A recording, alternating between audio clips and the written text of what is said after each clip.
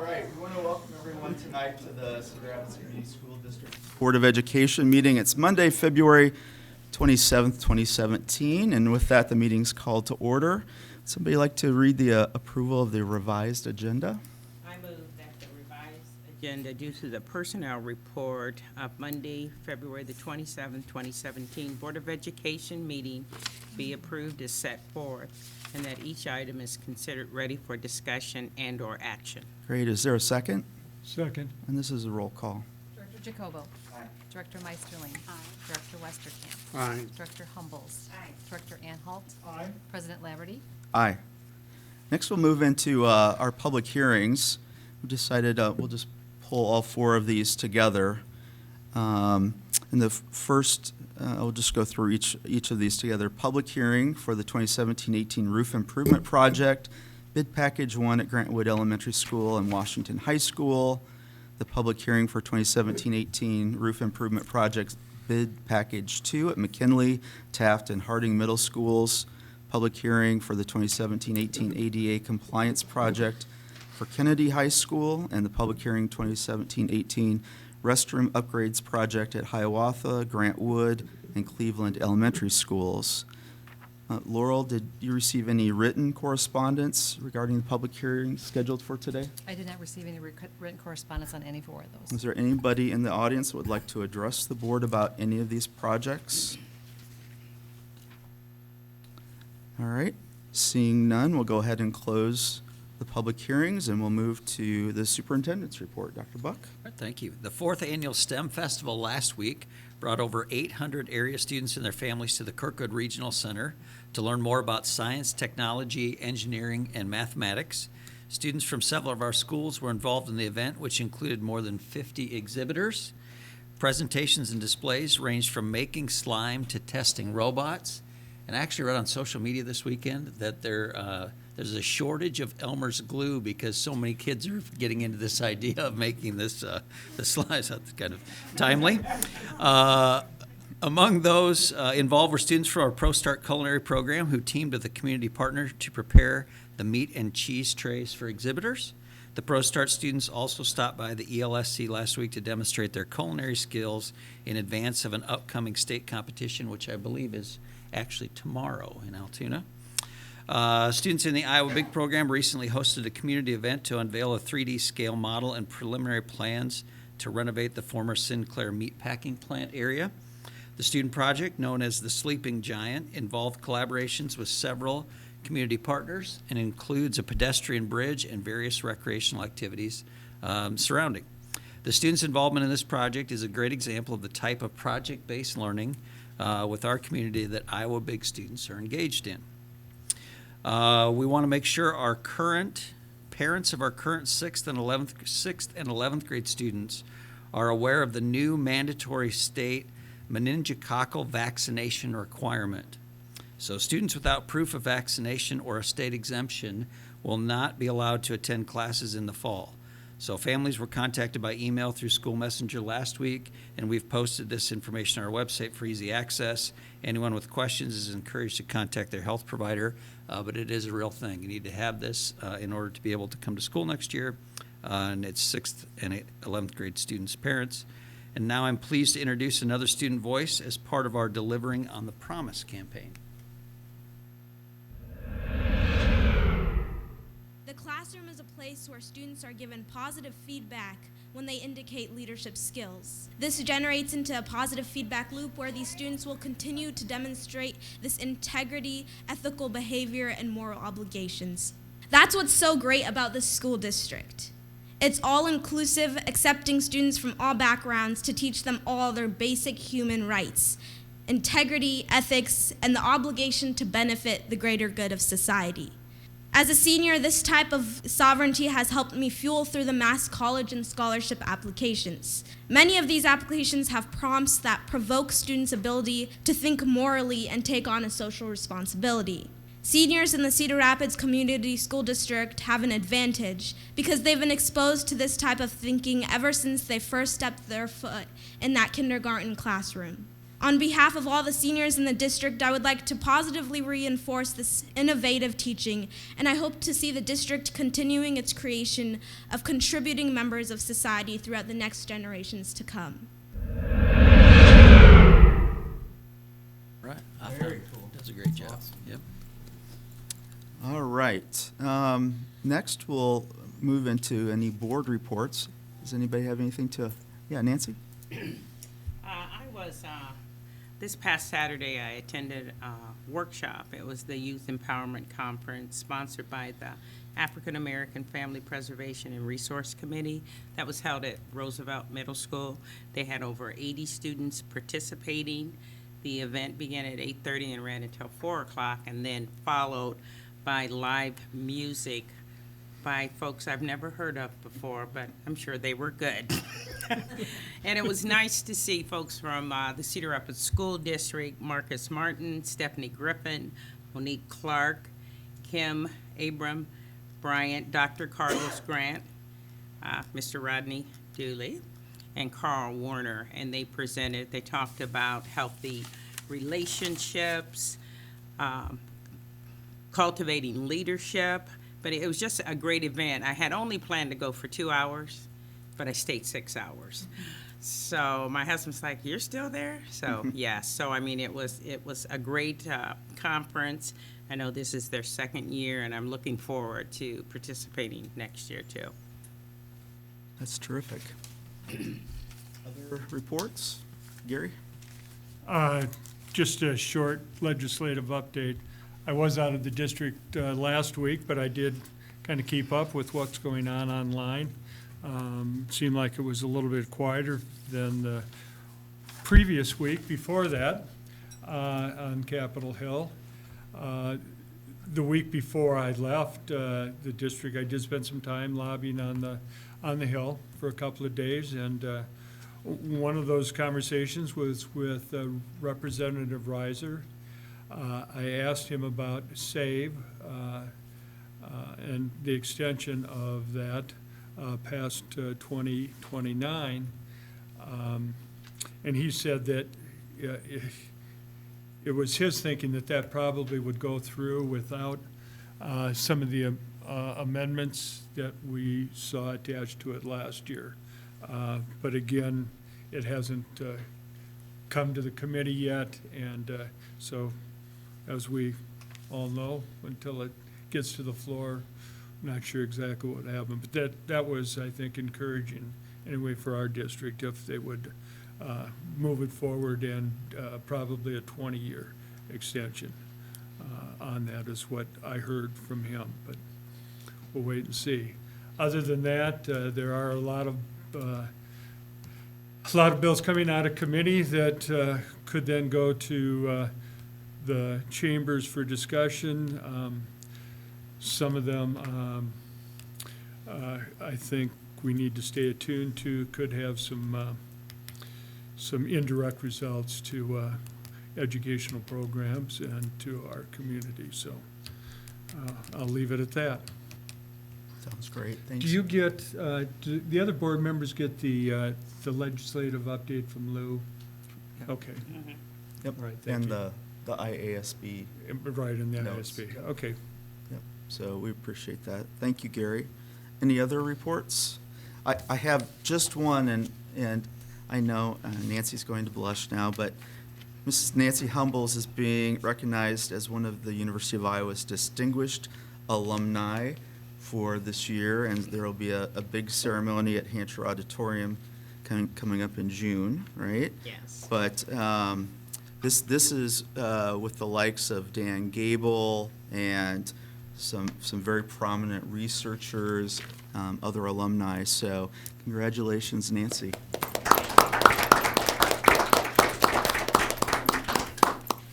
All right. Seeing nothing else, we'll go ahead and move on to delegations, petitions, communications, delegations, and petitions.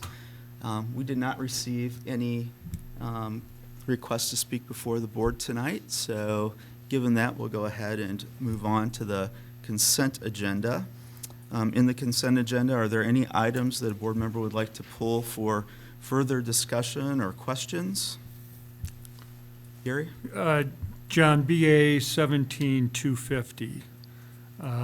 It's a construction contract. Award of contract for 2017-18 ADA compliance project at Kennedy High School, okay?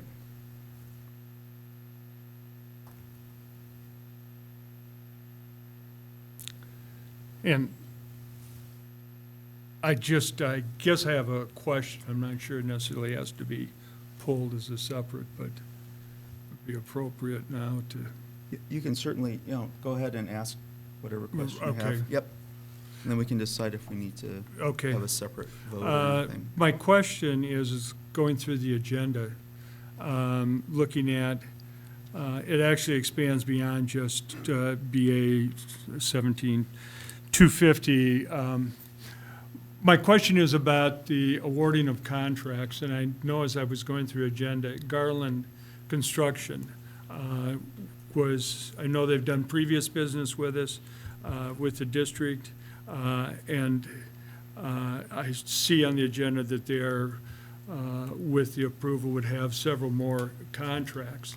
And it isn't, I don't have a concern directly with Garland, but my concern is, as I looked at it, it looked like Garland Construction is based out of Cedar Rapids, although they do have a regional office here. My concern is, when we do these contracts, how many local people are employed with them? My concern is that we're using Cedar Rapids tax dollars to work on our buildings, and I would like to preserve, to keep those tax dollars within our community. I know we're restricted somewhat by it has to go to the lowest bidder, and as I looked through it, this particular company was the lowest bidder on several of the contracts. But I also wonder, is there a way that we could construct the writing of the bids that would encourage more local employment? So before you answer, just one thing, Gary. So this opens up a much broader question, as sort of you indicated, than just Right. this one item. And I'm just wondering if this might be a separate discussion as a future item rather than right now. I mean, if you're opposed to this contract or specifically this Right. item, certainly, but I think, as we look at this in totality, it might be a separate Right, discussion. I would not, the bidding was fair at this point. I don't have a question over the bidding, but as I go through it, these questions just came to mind. So I think it's something that we need to discuss, and I think it's important for us as overseers of Cedar Rapids tax dollars, how that money goes. So if we could get that on a future agenda item some way and have a discussion, that would meet my concerns.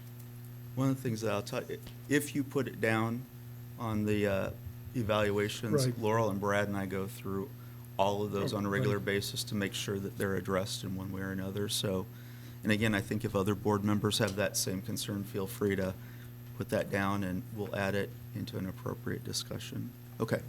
Is that anything Enough else said. that you want to add? Yeah, and you've hit on it. The reality here is the lowest responsible bidder is generally the one you have to take. So it doesn't take into account location of the business. It doesn't take into account those types of things.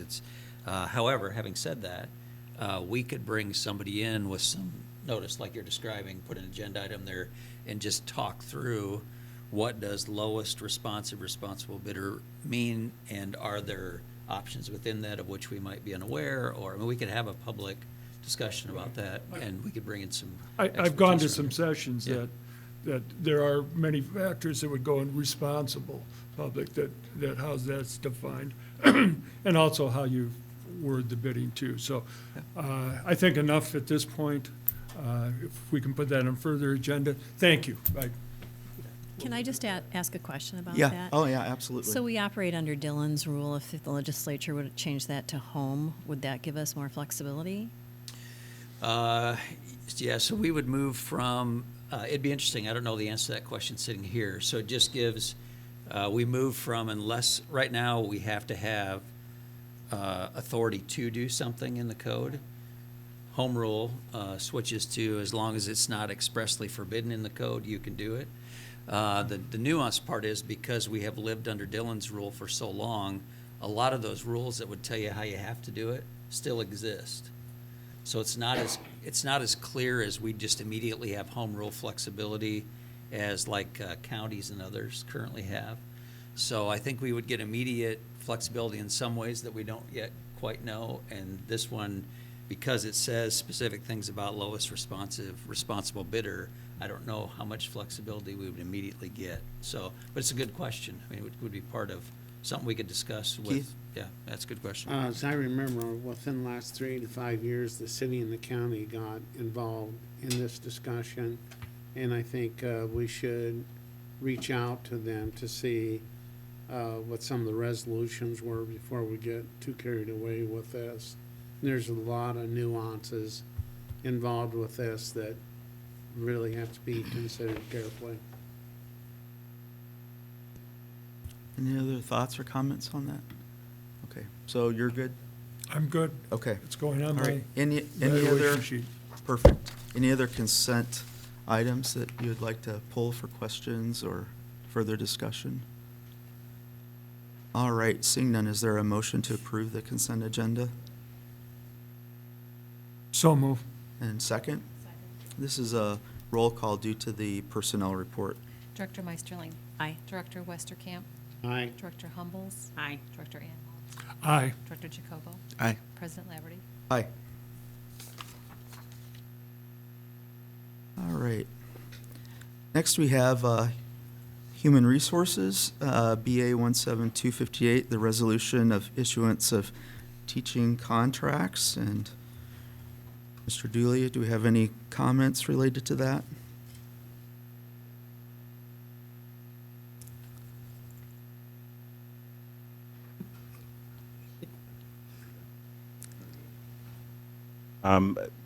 From last session, we had approved the work agreement for the Teachers Association, and our next step would be to go ahead and issue contracts for teachers for the upcoming school year. Terrific. Is there a motion to approve this resolution? So move. And is there a second? Second. Roll call vote. Director Westerkamp. Abstain. Director Humbles. Aye. Director Anholt. Aye. Director Meisterling. Aye. President Laverty. Aye. Thank you all, and again, thank you to everyone involved with making that come together. I appreciate that work. Administration, we'll turn over to you, Steve, regarding the fiscal year 2017-18 budget update, and got my long list of questions ready for you. Thank you, John Laverty. I'll be happy to answer every single one of them. I'll do my best. Safe Fund, I think the little conversation here around the extension of Safe Fund. I just have a few numbers sort of swirling in my head regarding a Safe Fund extension that would go to 2050. January the 1st of 2050 is what it's proposed to do. I don't recall the House file number for that, but essentially, here are your numbers. We have currently $55 million of unobligated resources, reserves in the Safe Fund as it is today, based upon the current revenue stream, based upon the current obligations through December 31 of 2029.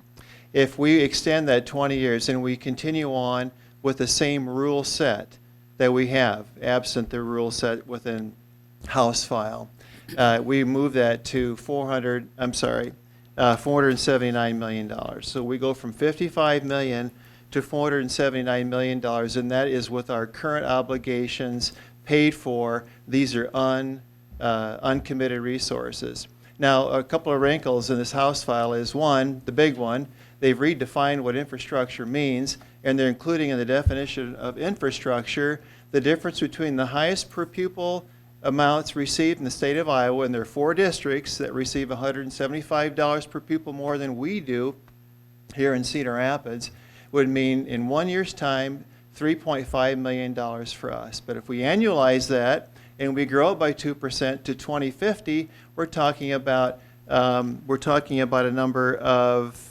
$158 million. $158 million away from 479. And another little wrinkle is the assessments can be paid for. Another expanded definition of school infrastructure includes assessment costs. And of course, you've heard about Smarter Balance that we would be using potentially last year and now this year and now maybe in fiscal 18. We have an estimate of about $12 million if we paid for Smarter Balance through 2050.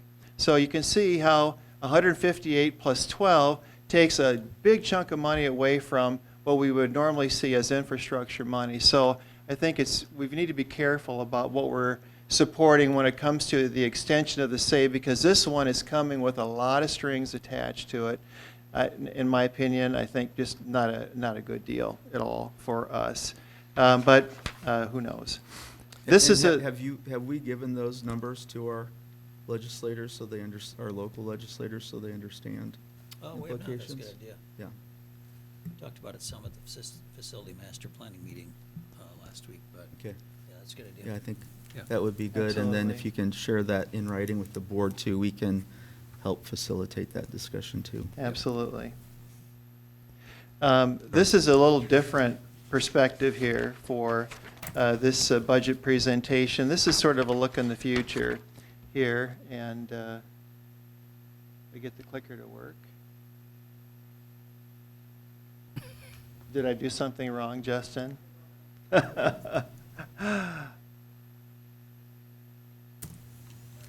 All right, did I do that or did you?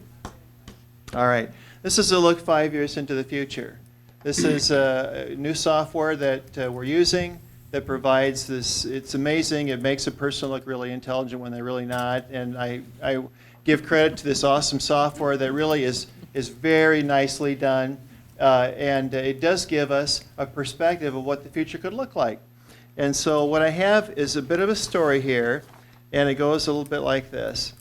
If we have enrollment growth that is very, very slight, very modest enrollment growth, something in the 30 student per year growth rate, which is a fraction of way less than 1%, but very modest flat enrollment growth.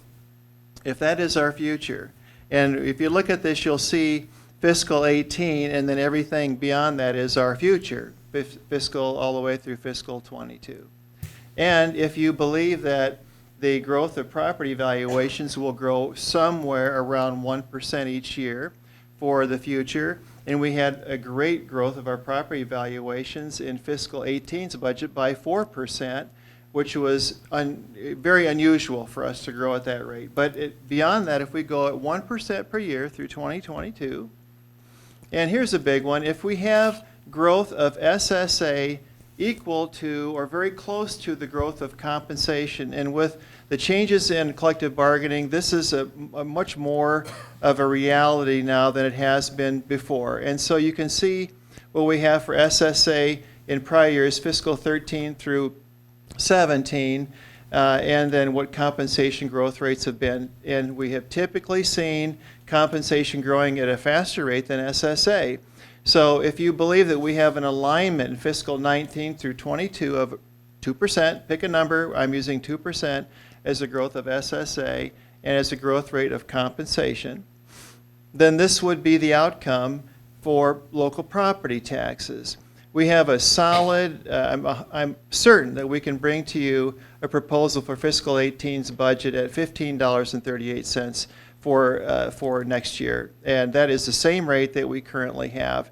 And we're doing that even with $2 million more coming in the amount that we must pay for our silo phase away. We have a $4 million save monies that we've been using for property tax relief, and we're going to down that to $2 million. And even with that increased commitment of local property taxes, we can still hold our levy rate constant because of our nice growth in our property tax base. So you can see as we go to 2022, it takes a big drop down because that's when we are finished with our current general obligation bonded indebtedness. We are debt free. In 2022, when it comes to general obligation, we still have safe funded debt, but from a property tax perspective, it looks real, real good. So property tax rates are going to be going down long-term.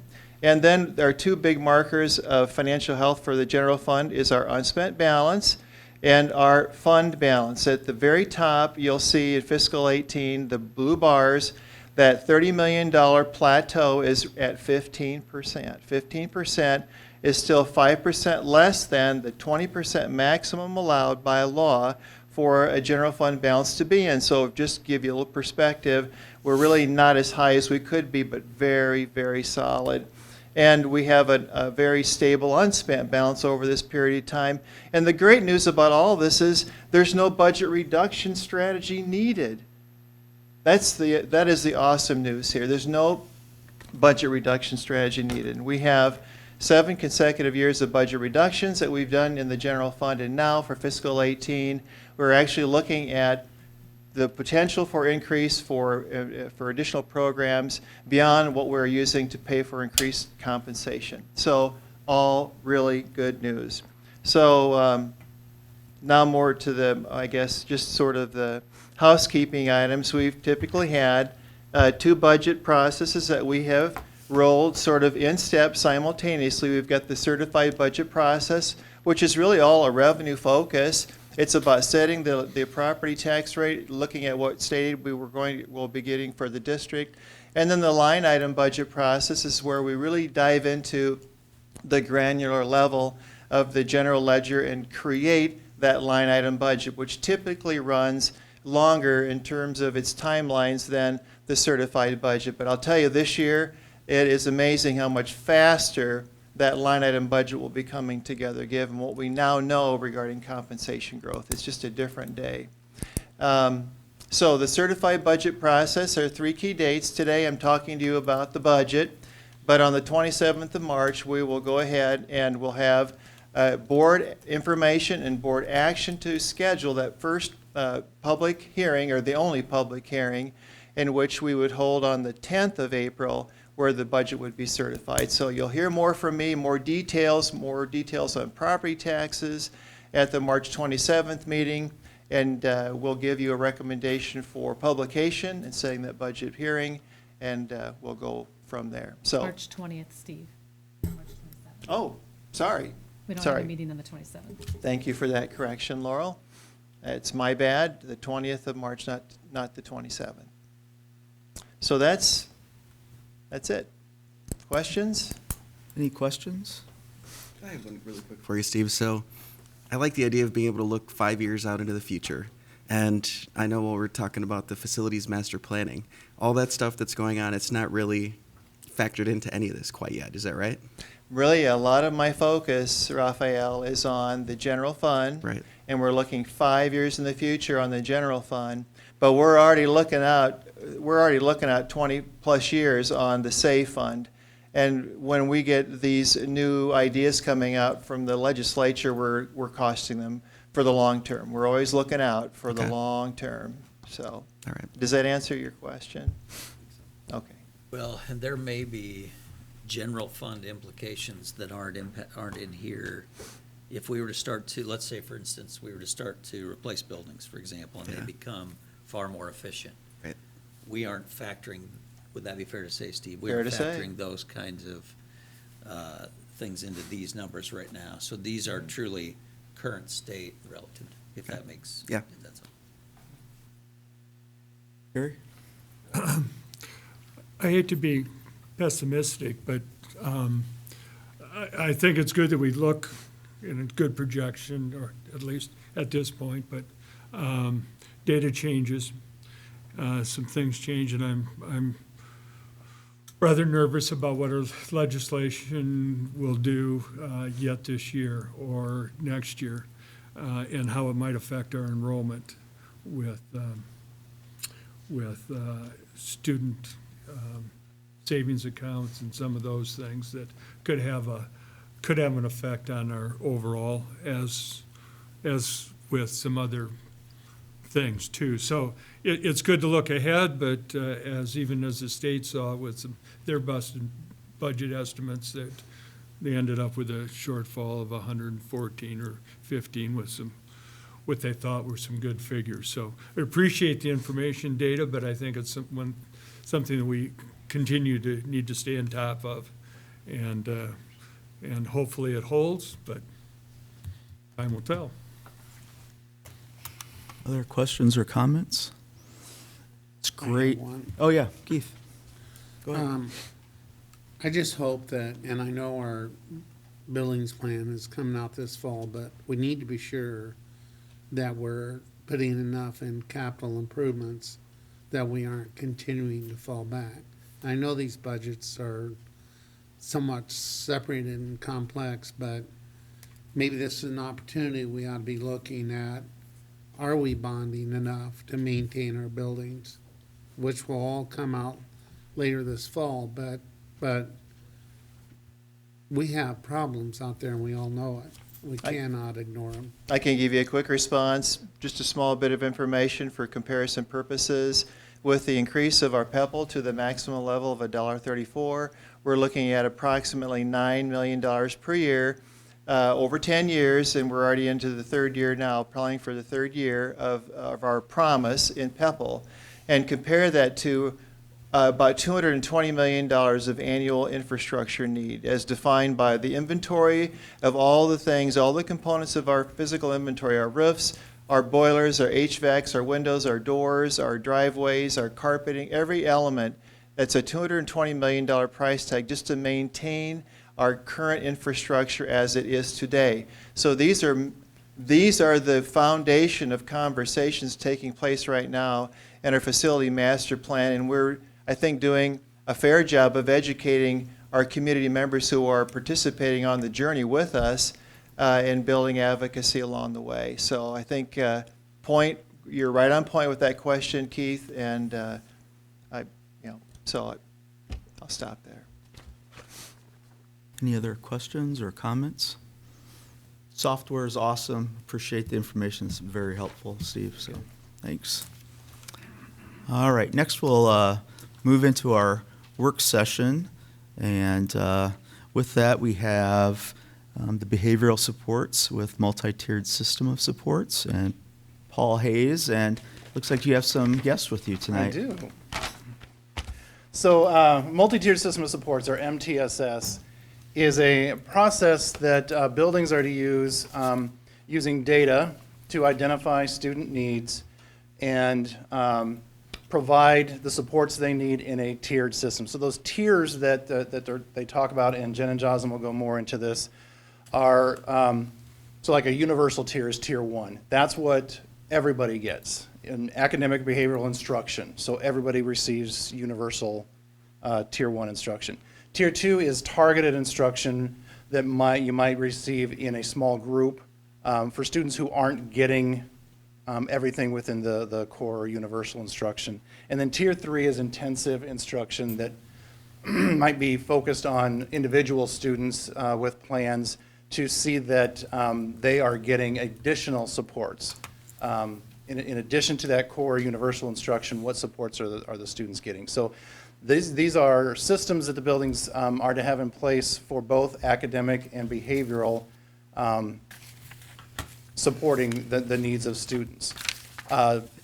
Learning supports facilitators Jen McDonnell and Joslyn Hanna are with us tonight to talk about specifically the behavioral multi-tiered system of supports and what buildings are doing to implement that throughout their teams and PLCs within the buildings. So, Jen and Joslyn. Hello, welcome. Oh, thanks. Let's make sure I know how to use this. Okay. So as Paul mentioned, I am Jen McDonnell. I am a secondary learning supports facilitator. So I support the secondary schools in multiple facets of my work. I have seen firsthand over the past 16 years of being a teacher in the Cedar Rapids Community School District, our students are changing. Our needs are changing that are in our classroom. And we need to consider if our classrooms are matching the students who are entering. In the last 5 years, our student population has changed from 40% free and reduced to 51%. Here, we have the end of the year at-risk indicators from last school year. The at-risk indicators are a compilation of 6 data sources. They would combine attendance, free and reduced, homelessness, grades, so D's and F's, proficiency, and connectedness to school. When a student is at risk, they have been flagged in 2 or more areas that I have mentioned above. The heart of our work, Giles and I in our Learning Supports Department, is excellence for all. What it takes for all students is changing, doing kind of that right thing, the best thing, the everything that a student needs is really hard work. And it's not always natural or intuitive to what we would just do in our daily lives outside of our work environment. It really takes a system of effective practices supported by every adult to achieve excellence for all in our schools.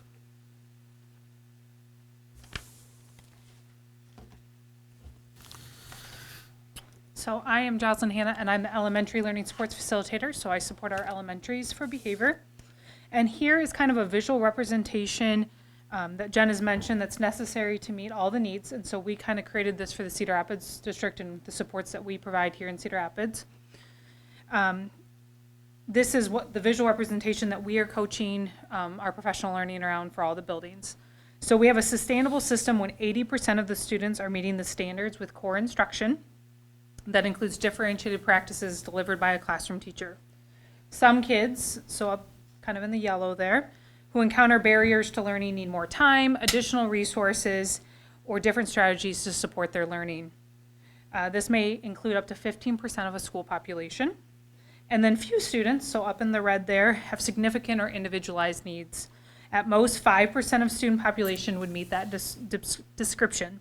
So when this system is implemented, supports are available to all students in the least restrictive environment. Many students are successful with core instruction, come motivated and ready to learn, so reaching 80% varies from school to school.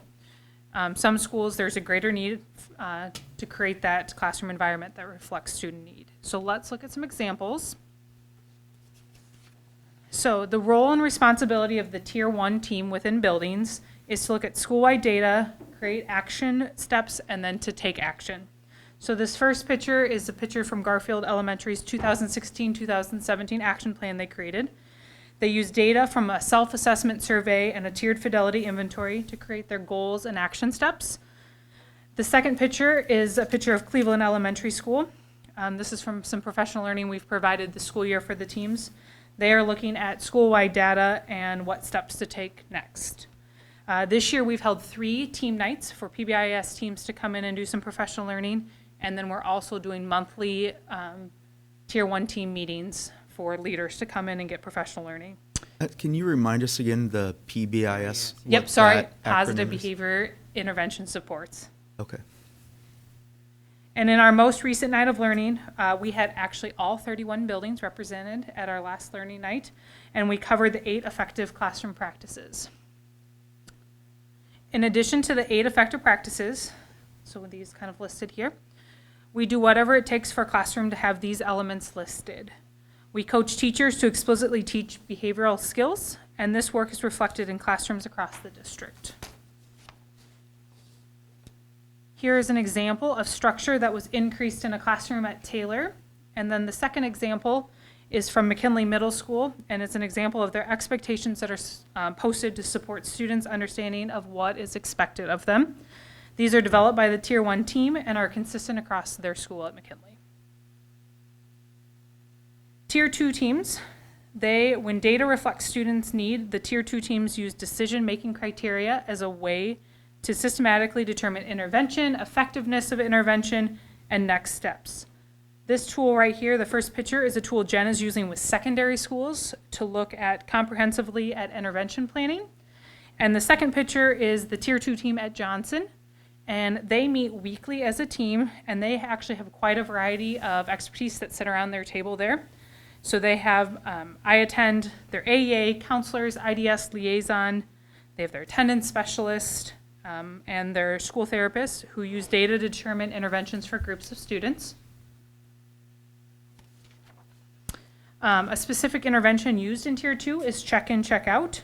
Check-in, check-out is an intervention that is based on intentional positive student-adult interactions This is the picture of Arthur's check and checkout form that they use. And then the second picture is from Kennedy's Check and Connect program. And Check and Connect is an intervention that we use in our secondary schools. It's identified students have mentors who connect with families and school resources while supporting the student to understand and utilize their academic data. And Tier 3 learning supports teams focus on individual needs. When a student has been brought to a learning supports team, multiple interventions have been tried and have not met the level of student need. Here's a picture of Wilson Middle School's Tier 3 learning supports team. Their team and other Tier 3 teams across the district consist of counselor, facilitator, IDS, liaison, therapist, AA, your associate directors, learning supports facilitator, and administrator. Their collective understanding of behavior creates specific plans to address barriers to learning that are unique to one student. The second picture is of a competing pathways.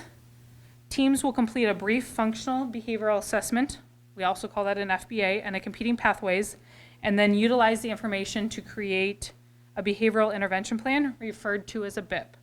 Last year, Jen and I provided professional learning around an FBA and BIP to all K-12 counselors, facilitators, and liaisons. And at our most recent elementary principals meeting, principals engaged in this work around these tools, and they were provided online resources to support the work back into their buildings. One of the supports offered to learning supports teams is the Cedar Rapids Challenging Behaviors team. This team began their training and support from the Department of Ed and the University of Iowa in 2014. Jen and I will receive our Challenging Behavior Specialist certificate in the spring. This training has taught us the highest level of behavioral assessment tools that can be utilized in a school setting. We are joined by 3 other facilitators during our on-site visits when we assess and create intervention plans for our most challenging student behaviors. This high level of training gives us the opportunity to provide a very unique approach to supporting the implementation of intervention plans. We have 5 learning supports behavior techs who currently support our elementary schools to implement, coach, and support intervention plans monitored and evaluated by myself. The pictures above are of 2 of the techs working with students, and then the third picture is a strategy that we're using to help reinforce positive behavior.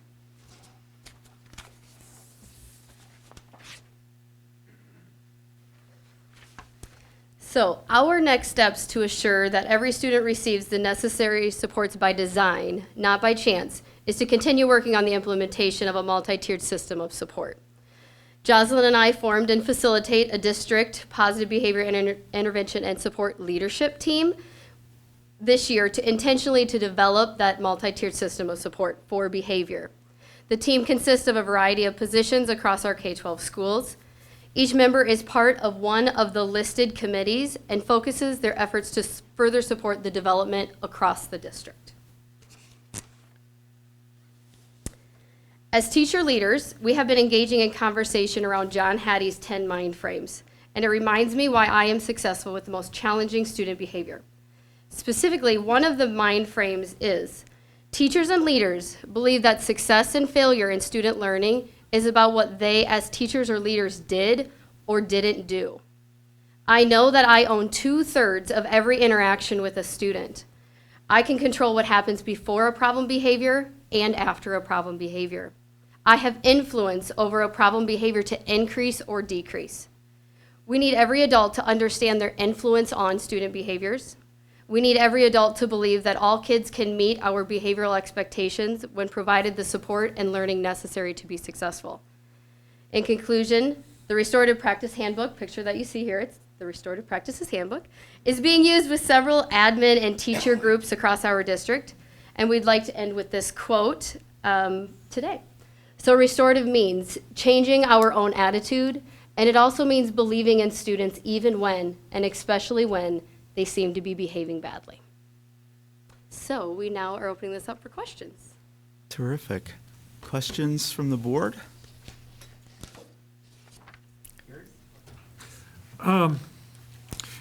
As a parent, if I was a parent of the student in the district, how would I know what level of MTSS my child is at? So I believe, do you want me to talk? Go for it. I believe you would have effective communication at all parts of a multi-tiered system of support. So that communication could be coming through conferences, it could be coming through newsletters home, so that you are aware of how that's going in the core. If that is built and effectively happening, when a student would be maybe referred to check in, check out one of the interventions that she talked about, that should be just a natural conversation of, hey, we've had a couple struggles, we've called you about this or that has happened. Here's a resource we have, a strategy that we use. So I think just that constant communication, phone calls, conferences that would be happening. As you would move up the tiers, maybe more, I don't want to say restrictive, but more comprehensive approach that needs to happen, I would say there'd just be like more continuous conversation. I believe I found parents are aware to know like what kind of strategies are being used, where that kind of falls naturally to what they perceive as being for everybody, to this is more unique to my child. So I would say through communication, phone calls, and those things. Anything else? Some of the interventions, it's expected that you send a more formalized notification of, or you ask for consent. I have been known to not involve a student in an intervention if parents don't feel like, if we aren't kind of in agreement of this is an appropriate way to address it or to move forward with. Anything else? There's a lot of schools that will send a letter home too, like especially for check and check out, you'll get a letter. Here's what it is. Here's what we need as a partnership with this intervention. And as they kind of move through their tiers, they have a letter explaining each one of the interventions. Are there in the reporting system, are there indicators that would show that students that are on the bottom, the 80%, are meeting those kinds of objectives? Are there behavioral indicators that we have and that we're indicating to parents that your child is socially and intellectually doing a good job? So a measure that comes from the positive behavior interventions and support is the they put forth that a student is successful in tier 1 if they have 0 or 1 office referral. So if you were to communicate with a parent, your child has received 2 or more, you could then talk about needing additional supports. If we look at our current Cedar Rapids data, we talk about, are our tier 1 supports sufficient enough in all of our schools? Do we have 80% of our kids getting 0 or 1 office referral? And often our answer is that it's not sufficient. So we are constantly looking at how are we increasing and changing and developing practices for our core that will get 80% of our students to meet those expectations. So right now, when we're communicating with parents, we aren't probably reaching out our decision-making threshold, our criteria to move to need more supports is higher than what we want it to be right now. Would that be sufficient? I would imagine the overall objective is to increase that 80%, to move it up and decrease the interventions at the top two.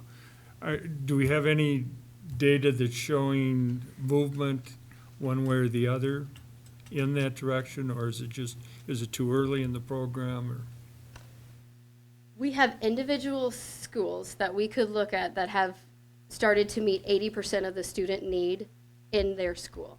And it is definitely because of shifts in their core practices and making impact within every classroom. So when they start to get consistent expectations across an entire school that are consistent in every classroom, and some practices that they're being really reflective on what's happening there, yes, we are seeing impact and making a difference. When we are asked to go to a building or respond to a student need, sometimes we're asked to come in and look at one student, and then we are finding that to meet that one student's need, we have to, keep going down in the tiers to find out how can we build supports, and then we get to where we're looking at this student need is really difficult to meet until we have those core supports in place and effective practices happening to meet the 80%. She talked about in her presentation that it's an effective system, like it's a sustainable system, when the first time through, we're meeting 80%. If we get too many in tier 2 that are on check-in, check-out, and they're in social groups, and they are the check and connect in the secondary schools, if we have too many kids in that, we're putting a lot of energy and time and resources that really we could be meeting more needs in that first time through and in those core practices. So we're kind of multiple ways wanting to meet that need the first time. One, for the best interest of the kids and to meet their needs right then and there, and they're engaged in classroom effectively there. But then also just resources-wise and time-wise and just the management of all those additional systems are hard work. I was going to say, so as we talk about all of these interventions and this challenging behavior team going in, so if you have more than, I don't know, a couple students in a classroom, the teacher is being asked to do all these different interventions to, it sounds like that could be pulling away from the other work and maybe distracting from teaching the other students that aren't misbehaving. Is that accurate? And how do we deal with that, I guess? And I guess follow up with that then is this whole thing, you mentioned some of the PBIS, and are the special education students on IEPs and 504s included in this just like any other student, and how does that play into this? And there are skills and strategies taught, as I understand, and teachers in college of how to deal with these things. Do we need to be advocating for more of that education at our teachers' colleges, I guess? Well, I would say with the whole, you have 2 or 3 kids in your classroom that need all these intervention they're pulling, then that becomes a core. Then we need to just shift that down and make it a tier 1 practice. So if you have, when we start to hit in one classroom with 3 or 4 check and check out kids, we're saying, we're not putting another check and check out student. We're not going to keep doing that. How can we change something in the classroom, in the core, so that she can get to instruction, or the teacher can get to instruction? So when we start to get so many kids, then their triangle starts to go like this, and then it's not meeting their needs. So then we have to shift down and say, what can we do in your classroom? If you're doing that accommodation for 3 kids, can we do it for the whole class? It'll benefit the whole class, kind of that question. So it is very time intensive, especially if you're getting into more of those tier 3s that you have an individualized plan. So some of our planning is typically going to be based on providing more attention, providing more access to tangible items or tangibles of all sorts, maybe a person, maybe a place to sit, or looking at escape, like maybe demands are just really hard for them. So our planning is based on that. So we sometimes, if we're looking at many kids that are escaping or many kids are striving to get a teacher's attention, we go in and we will talk to, how can you provide a quality attention that is what the students are desiring and looking for in a positive way, that they don't have to exhibit problem behavior in order to obtain that. So if you have 3 or 4 on check and check out, we're going to look at how is that teacher providing high quality attention to all kids in their classroom? How is that teacher providing choice and options and instructional strategies that are allowing kids to request help when they need help? So we look at it for time and for the teacher's help, ways to provide that the first time through. Special education, you could talk really well to that, right? How is special ed part of it? Yeah, I mean, special ed is still part of the triangle, so they should be receiving core supports just like anyone else. So they should be getting core instruction, and if they need the more, like if they have a behavioral IEP, they're going to get the more on top of it, but they should still be accessing the exact same supports as a gen ed kid. They should be receiving tickets and all those other things like any other child in the building. Okay. Could we, I'm sorry, John, could we get the raw data of number of students at some point that are in tier 3 and the number of students in tier 4, or tier 3 and tier 2, and we can extrapolate out how many are in tier 1, then what's left? Do you want me to answer that? Yep. So we could get data on the number of students who are within a range, so using the data of office referrals, how many students are within 0 and 1 office referrals. We could then look at a tier 2 student maybe between 2 and something, and then tier 3 is, we could do data based on that. So a student may enter into a tier 2 intervention and have it wouldn't necessarily determine that that student was receiving tier 3 supports according to exactly how many office referrals they get.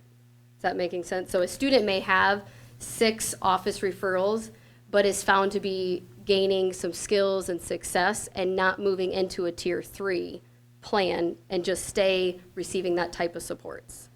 So it's not always exactly the threshold. So we could give data on office referrals, but we wouldn't quantify who is in what tier all the time. So one of the questions related to data, and I had this, and it sort of ties into it, is, and I believe, Paul, we talked about this a few years ago, about a system, an electronic data system that would collect a lot of these sort of factors that you're saying are the 6 data sources that are flags for at risk and some of these other behaviors. Is that system up and running? Is that something in addition? I mean, I get the office referral thing. I hear it a lot when I go out and talk with teachers in the classrooms and things, but. So yes, that's a data system that is currently resides within PowerSchool. So building teams have access to the data from that student support database that extracts all of the indicator information that Jen talked about into different reports that team can use as decision-making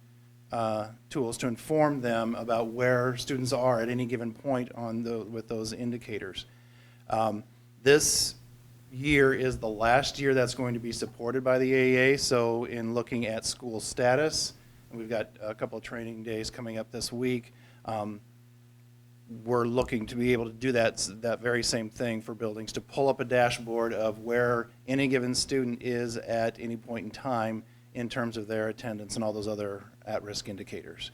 So they can look at individual students that way and groups of students to help inform the interventions that they're putting in place. So I think this is a pretty critical piece of information to be able to see that building level, but also as a district. I mean, as you look at planning resources and where we're having, maybe some issues or some additional intervention from higher levels with the challenging behavior team or whatever it is that comes in. So more than just, I mean, if there's a problem in a school, it's not just the school that has to understand that, it's you at the highest levels and ultimately Dr. Buck to see that in an aggregate form and be able to pinpoint this is what we could do in terms of best practices to change those behaviors, right? Correct. So Okay. the indicator data that they had showed in the PowerPoint is something that we keep our eye on pretty closely, just to see how many of our students district-wide are experiencing those same barriers, and where are they experiencing them, and how can, that helps inform us to know where do we put some efforts in place, what buildings do we need to mobilize people to, or what questions do we need to go and ask that building about their core instruction around behavior. Other questions? I did have just, I'm sorry, I had a couple more. And You're good. all right, I'm watching the time here. So, one, equity. So all of this came up. You did an interview on the TV news last week, I think, Paul, and related to equity, making sure that we're not over-prescribing some of these sorts of interventions to underrepresented populations. How does that also translate into bullying? When a student is feeling bullied, or there's evidence of a student being bullied, how does that change? Does it change? I guess that's one of those questions. And then we hear about some students, especially at the upper levels, getting pretty physical sometimes. And again, at what point do we have us making some interventions in terms of those behaviors versus calling in, the SROs or, other types of more drastic, I guess, intervention? So sort of thinking about those lines of demarcation with the behavioral interventions. She just handed that off to me. So we want to be sure that we have culturally conscious classrooms so that when we are so I said I own 2/3 of those interactions. I want to be sure that everything that's being presented, the environment in which students are learning in reflects who they are. So they feel like and they are engaged in potentially not even needing problem behavior for any reason. So that's where I believe equity comes in, is it before problem behavior, that we have equitable practices and culturally conscious classrooms. And then when we are responding to problem behavior, we can still look at, was this why did that student engage in this behavior? Is there a teaching that needs to be done? Is there, in some sort of way, we can look at that through a cultural lens. You would notice on the triangle that we provided you that equity is within that triangle. There's equity that we're considering all the way through any of our interventions. That it would be also where the parent communication would be important. I know different communication styles are important. So I'm always reflecting on what that family needs from me and that equity, the culturally conscious lens that I'm always bringing to that. For bullying, I think there's two parts of that and the physical aggression. So bullying, I'm looking at both. What does that potential target need in this circumstance? Do they need support from our counselors? Do they need maybe one of our outside agencies' therapists to be able to support them and bring them to a place of resolution and feeling like they can, again, be successful within our school settings? And then I really believe that when a student engages in bullying behaviors or behaviors that are perceived as that they are probably lagging skills. I'm a very strong believer that it's about teaching, and that when a student engages in problem behavior, it is because of a lack of skill. They maybe don't know how to get this other student to be my friend, and so I thought by every time I'm seeing them, I engage in problem behaviors, getting them to see me and like me. So it's about teaching. If kids could do the right thing, they would. So looking at both a potential target and that bully, the student who was accused of bullying behaviors, to both really dig into what do they need? How can they become successful again? And then the whole investigation of finding out if it's really bullying would happen as well. For physical aggression, same thing with two parts. One, there is being safe and making sure that people are safe at school. So calling an SRO in the moment of an altercation could be about safety, and it could be about making sure victims and the person who has engaged in that behavior is safe, and all the adults and other students are safe. So I think in that moment, it's doing whatever you need to reestablish a safe learning environment. And then after that, it's looking at what was kind of that buildup of that problem behavior. It's not, we know that we can change that behavior. Kids don't need to rely on that once we start to dig in and provide them supports necessary. So physical aggression, does that answer your question of that? Yeah, so the only thing with that, though, then is, so for the adult in the room, teacher or para or whoever, to do whatever it takes. And I'm wondering, are we actually helping our staff understand to do whatever it takes? What is whatever it takes? Yeah. Do we have standards? Are we actually embedding that into our education with our staff so that we're not just assuming that they know how to deal with some of these situations? Because again, when we visit schools, we hear some specific instances, and I'm not always sure the adults in the buildings act on the same standard that we might expect in every situation sometimes. So that's why I'm wondering, what is there actually training? So, yeah, you want to talk to a specific training you can talk to? So we provide the CPI training, which is not every staff member.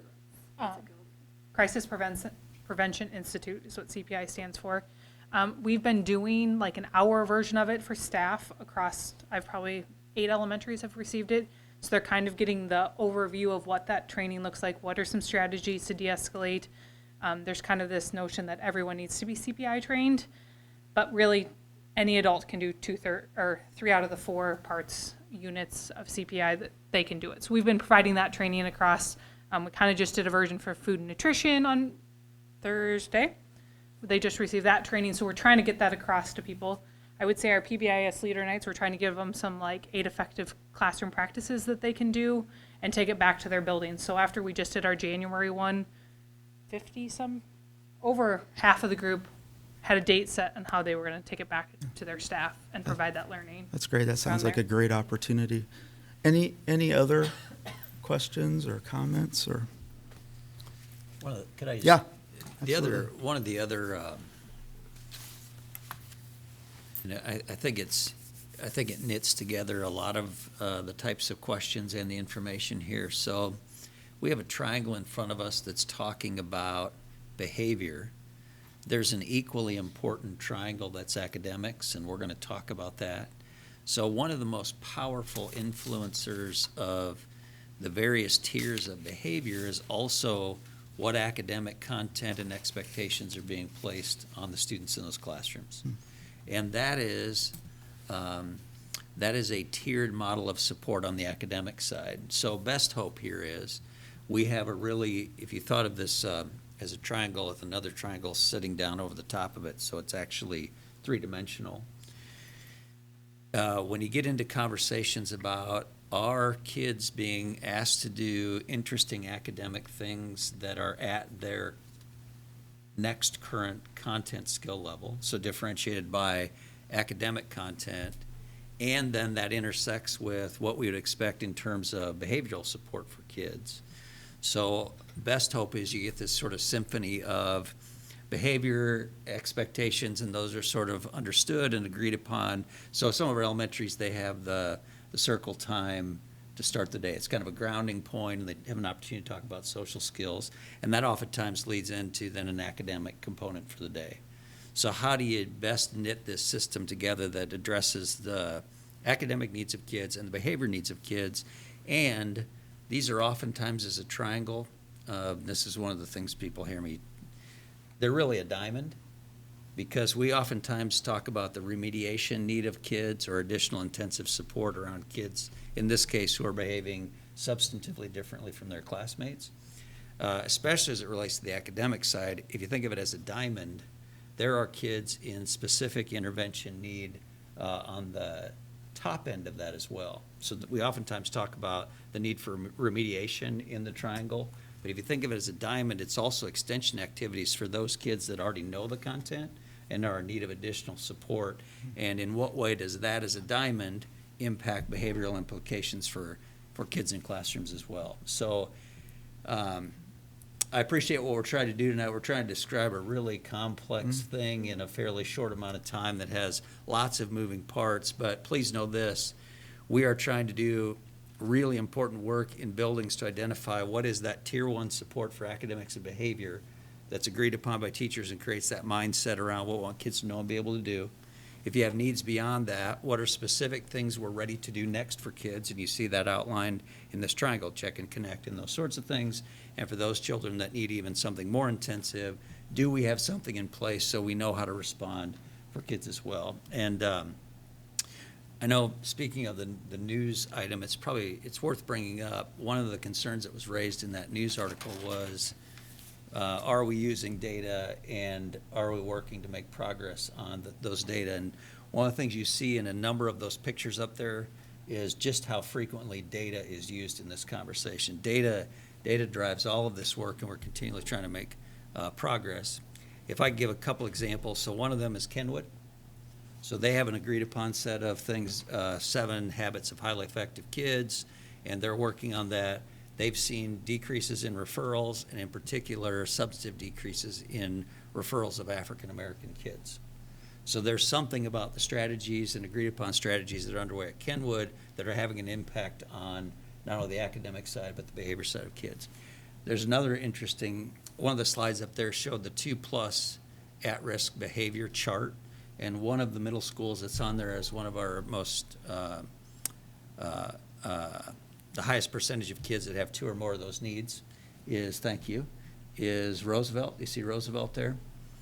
Roosevelt has almost half of their kids, according to this, with 2 or more indicators of at risk, and they have more than cut their referrals in half this school year. So there's something about conscious decisions being made by adults and a system to support it that leads to changes in referrals. So I love the question about data and the school status system and the district level view. So what a system like that does in my mind is, so what is it about Roosevelt that half their kids have 2 or more indicators, but they've seen a 50% reduction in referrals? So like, what's happening there? That has to be intentional. That is not accidental data. So those are the kinds of things we hope to flesh out and glean. You know, what are those treasure chest type stories of how do we find that treasure? So To wrap up the work session with us, where do you see this going? What's on the horizon? How will the board know that this is succeeding the way that you expect it to succeed? And is there anything that we specifically as a board need to do to continue or add to our list of things to support this effort?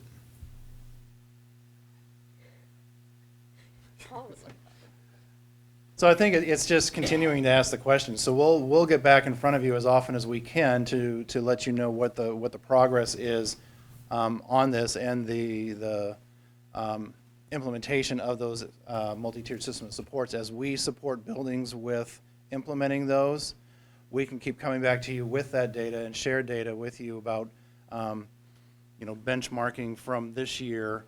What are the movements that are being made in some of those indicators and the measures that we're looking for and the outcomes that we want to see, both behaviorally and academically. So, what you can do is just keep asking us those questions, and we'll keep getting back in front of you with what you want to see in terms of how we're moving that needle.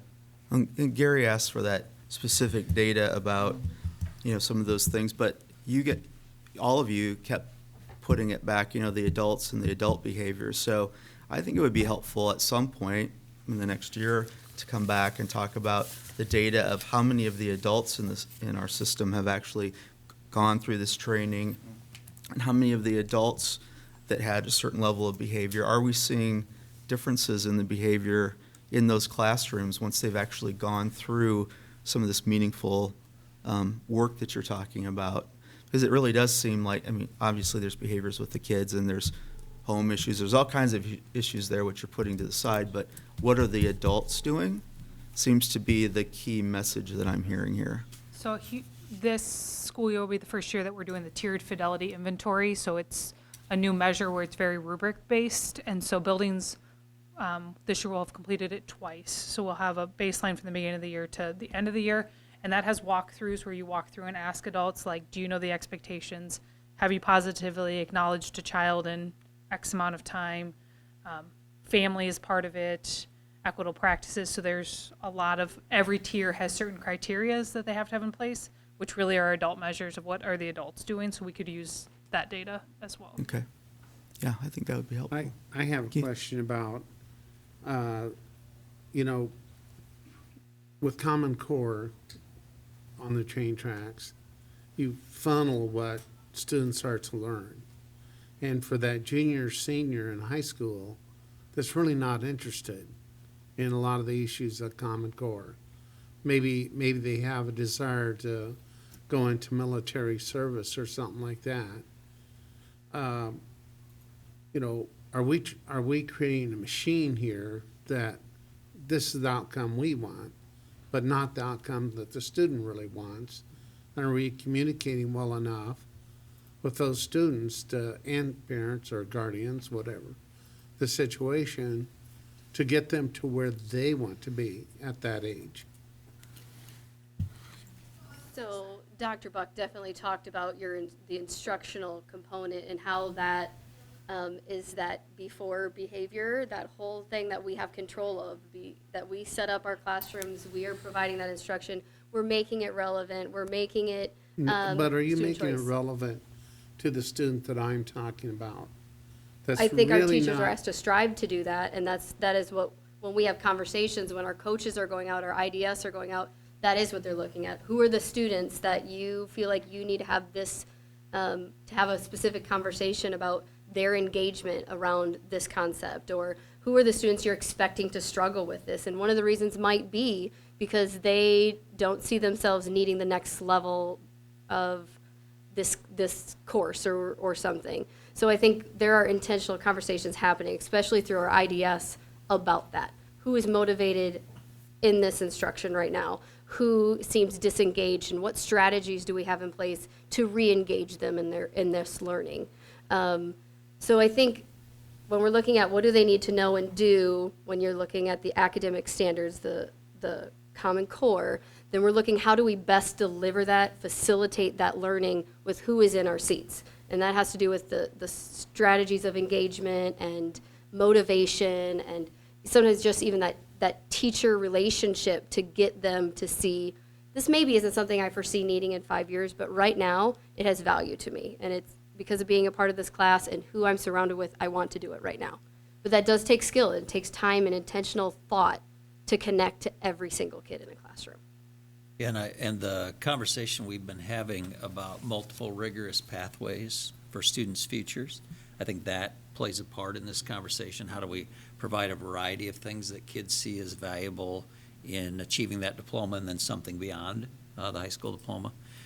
So I think that jumps to mind. And the couple examples I gave, I really believe the work we're doing in innovative programming, whether it's KITE or Blend Ed or you go right on down the line, those programs that are innovative program that are problem-based and intentionally designed to engage kids in different ways, we're seeing different results than regular classrooms. So I think it is an encouragement to double down on the innovative practices and think more about what are those multiple pathways and how can we help kids find them.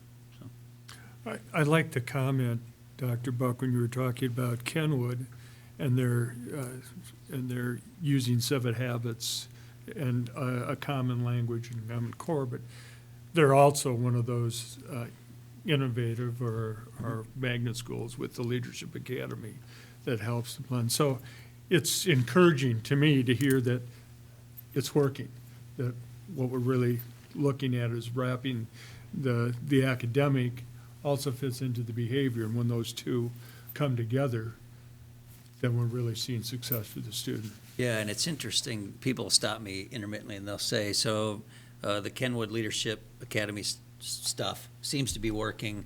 Are we going to make all the elementaries in Cedar Rapids be leadership academies? And my answer is, I hope not, and I hope so, which is a weird answer. I hope not. So the buildings that have found things around which to agree upon and coalesce, whether it's STEAM, leadership, whatever it is, they seem to be making differentiated progress when compared to some others. So they have found different content and different solutions that lead to improved outcomes for kids. So if some of our elementaries see the Covey work as the next right work for them to really get their hands around, and that's going to drive the improvement efforts we want, then I hope we have more leadership schools.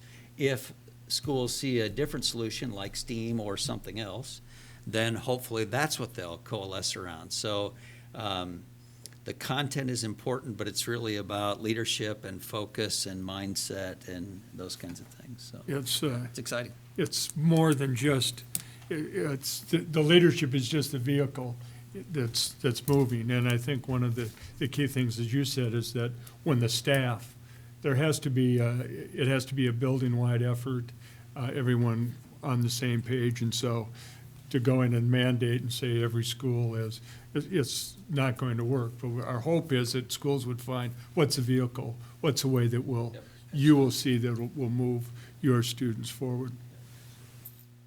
Anything else?